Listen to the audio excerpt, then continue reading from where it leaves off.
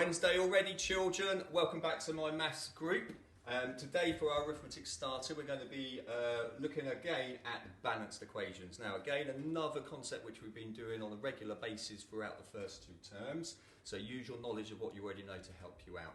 Now a balanced equation means that the sum on the left hand side of the equal sign has to equal the same as on the right hand side of the equals equation. Okay, so in this first example we can identify that we can work out the sum of 22 times 2, and on the right hand side of our equal sign we have got this missing figure here which we need to work out. So with our workings out we need to work out what the figure is on the left hand side. 22 times 2 is 44, so we can write 44 there. Now we can see that the balanced equation 44 equals 11 times something. What do we need to multiply 11 by to get 44? Well, we know that that is 4. So 11 times 4 is 44. And as we've written it underneath the equation, we can see that that balanced equation works. Let's have a look at another example with some different numbers. 2 squared. Okay, we know that 2 squared means 2 times 2. Underneath is 4. 3 squared there, 3 times 3, which is 9. Okay, if we add those together, 9 plus 4, we get 13. So we know that the right hand side of the equation needs to equal the same as the left hand side.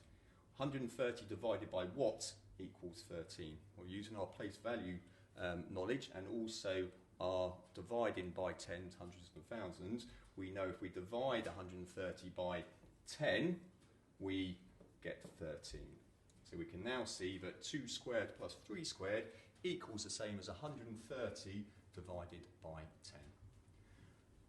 Like yesterday, children, now's your opportunity to have a go. So pause the video. Welcome back. I hope you had a really good try at it. Let's have a look at it. Okay.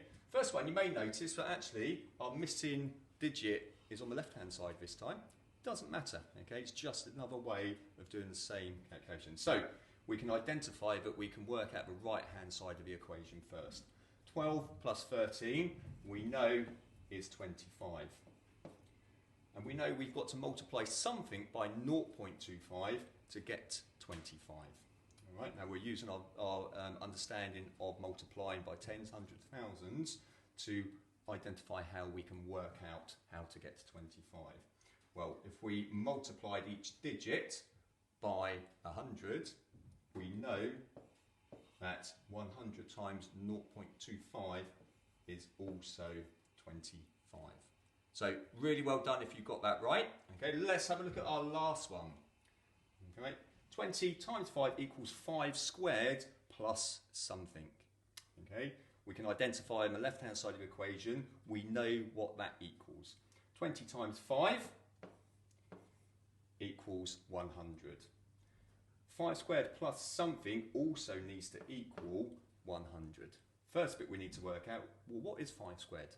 Well, we know squared means multiplied by itself. 5 times 5 is 25.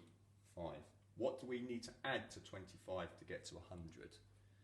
We know if we add 75 to 25, we also get 100.